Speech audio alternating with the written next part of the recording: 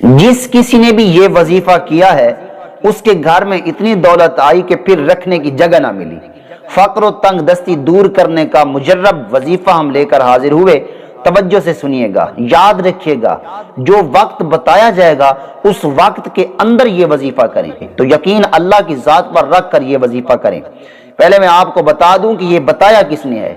امام مالک نے حضرت عمر رضی اللہ تعالی عنہما سے روایت کیا ہے کہ ایک روز ایک آدمی نبی پاک علیہ الصلوۃ والسلام کی بارگاہ میں حاضر ہوا اور عرض کی الدنیا ادبرت عنی، کہ میری طرف سے دنیا نے رخ اور پیٹھ پھیر لیا ہے۔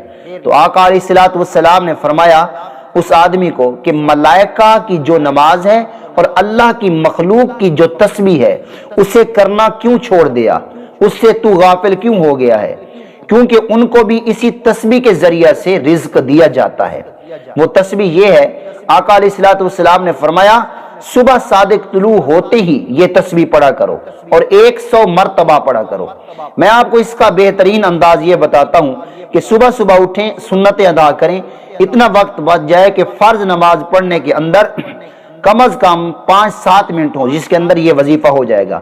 وہ وظیفہ یہ ہے، سبحان اللہ و بحمدہ سبحان اللہ العظیم استغفر اللہ، سبحان اللہ و بحمدہ سبحان اللہ العظیم استغفر اللہ۔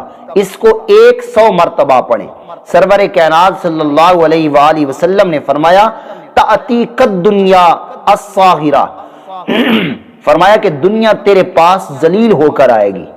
اپنے آقا کا یہ ارشاد حارضی جاں بنانے کے بعد وہ آدمی واپس چلا آیا اور کچھ عرصہ ٹھہرا رہا، پھر آقا کی خدمت میں حاضر ہوا اور کہنے لگا یا رسول اللہ صلی اللہ علیہ وسلم، میرے پاس اتنی دولت اکٹھی ہو گئی ہے اب رکھنے کی جگہ نہیں ملتی۔ سبحان اللہ، اس وظیفہ کو کر لینے کے بعد حاسد بھی آپ کے رزق کو چاہے روک نہ پائیں تو نہ روک پائیں گے۔